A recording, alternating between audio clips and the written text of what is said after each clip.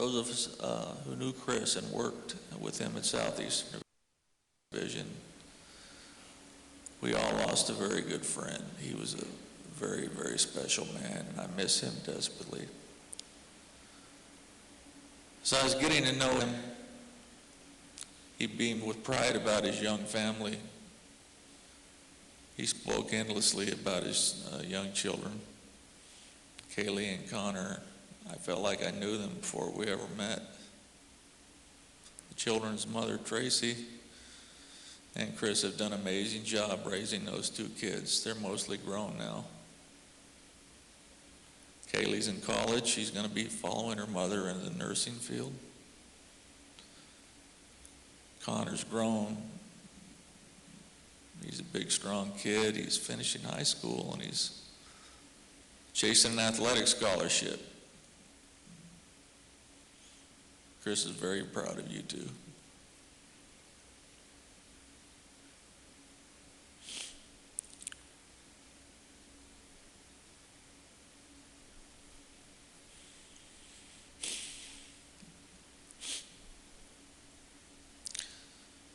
When I was first assigned to Southeastern Division, I felt like a kid again. I was 32 years old,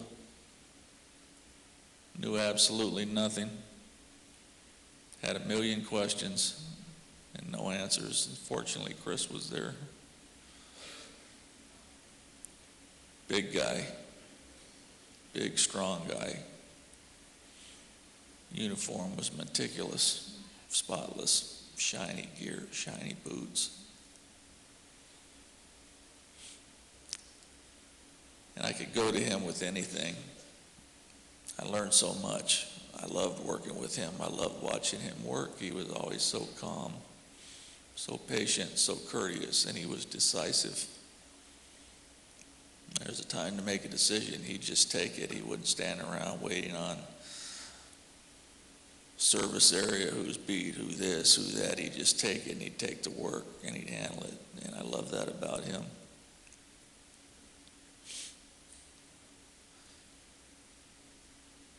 Could always find him in the gym after the shift. He was always in there working out. And the more and more we got to know each other, we could start bantering and bickering and laughing about things. And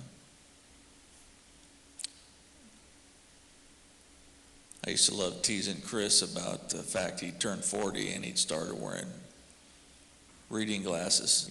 I used to tease him about wearing his granny glasses, and we always get a laugh out of that. And we'd always get a laugh out of the fact that he had an iron gut, and he'd always like to stop and eat a burrito during the shift at a place we called the Barrel. And but mostly we'd talk about his beloved Boston Celtics and the fact they were stumbling and tumbling and whatever, any of the local teams, and he was a sports fanatic. He just loved sports, and we had that in common. He'd tear through a lot of my old gear like a kid in a candy shop and get the biggest kick out of an old glove or an old bat or an old t-shirt. And the thing about Chris is, later on he would sell most of his memorabilia in a fundraiser in my benefit, and that just says a lot about Chris. Shortly after I was injured, probably weeks or a month or so after I was injured, I was in Colorado at a rehab hospital. I was sick. I felt like I was dying. My spirit was dying. Chris showed up unexpectedly, and wasn't much he could say at the time, but he grabbed a spot alongside my bedside, and he stayed there, and he didn't leave. He ended up spending 10 days there with me. He listened to my negativity. He listened to me cry.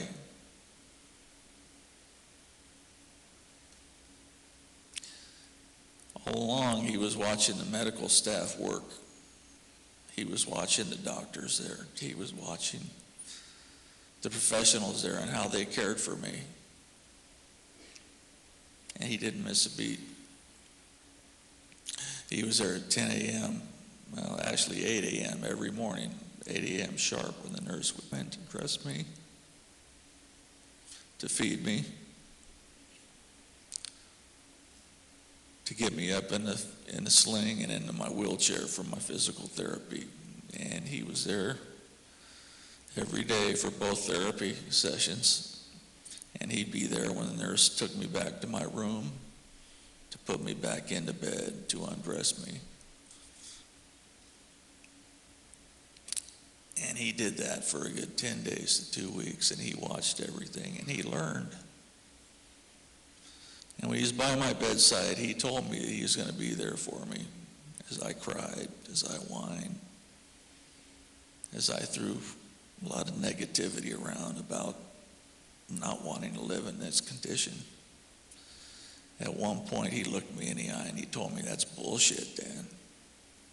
You're not going anywhere. You're my friend, and I'm going to be with you."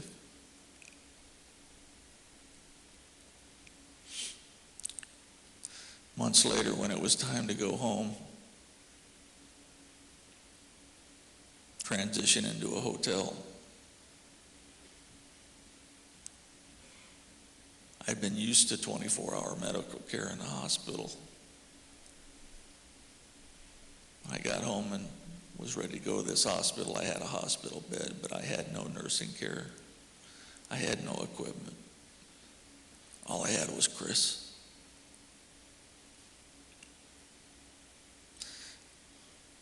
Chris stayed with me endlessly until we could find adequate nursing care.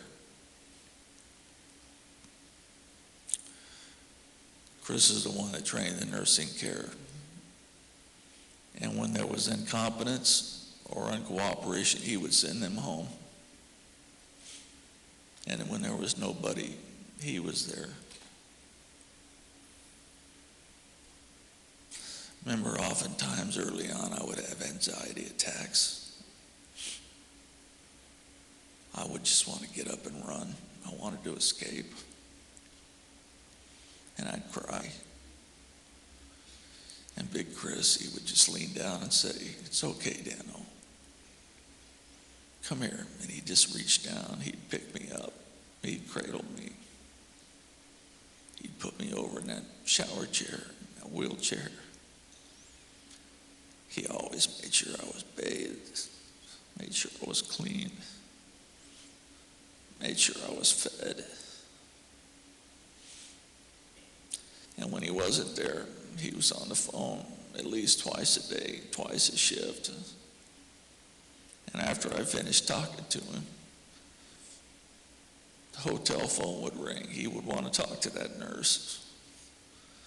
He would want to know where. If I was eating, he would want to know if I was having proper urine output. He would want to know what my blood pressure was.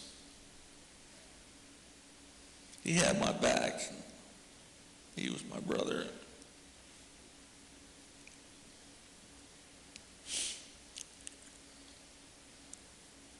This went on for 2 years while I was in that hospital.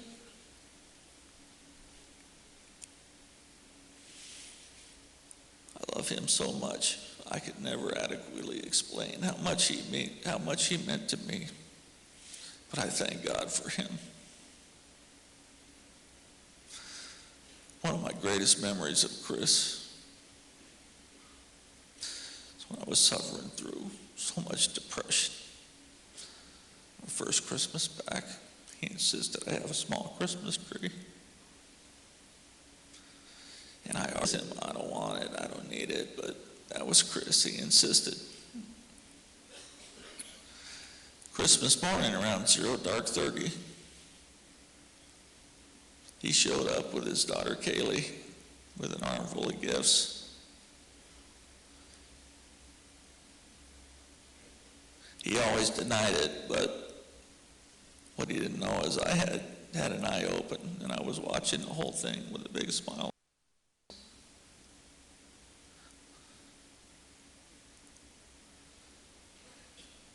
He's such a special man.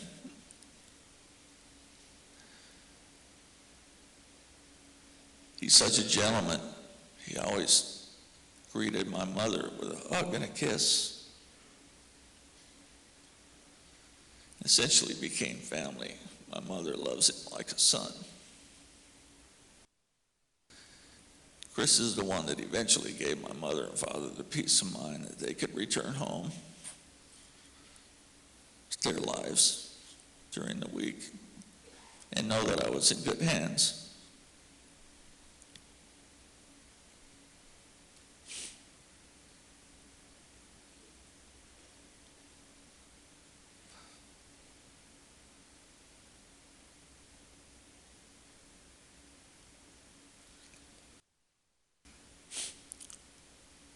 Chris used to always make a point of bringing his trainees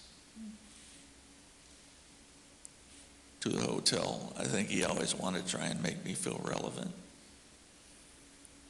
He wanted trainees to see the perils of police work. And it's ironic that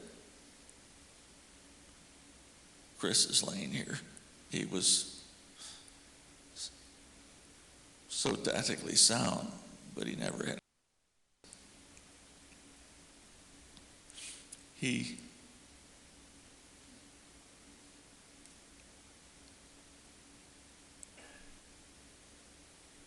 bear with me.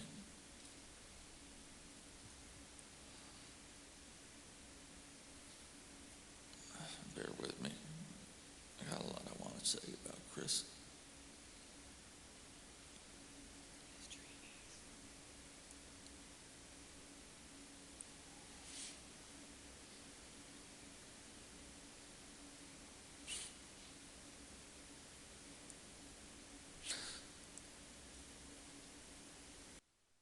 Here, every politician, every media outlet, every citizen to see this and never forget, recognize this tragedy, this sacrifice.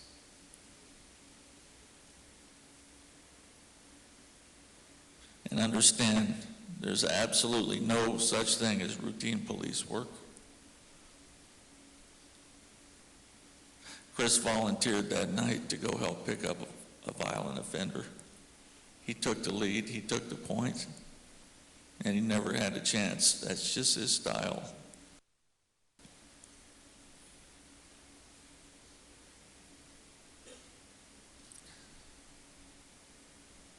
It's imperative we maintain a properly funded and properly staffed police department. We go about our daily lives in relative safety and security because of these officers like Officer Chris Wilson.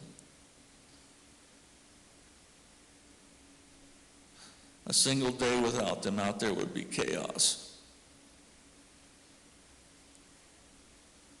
Let's never forget him. Thank you.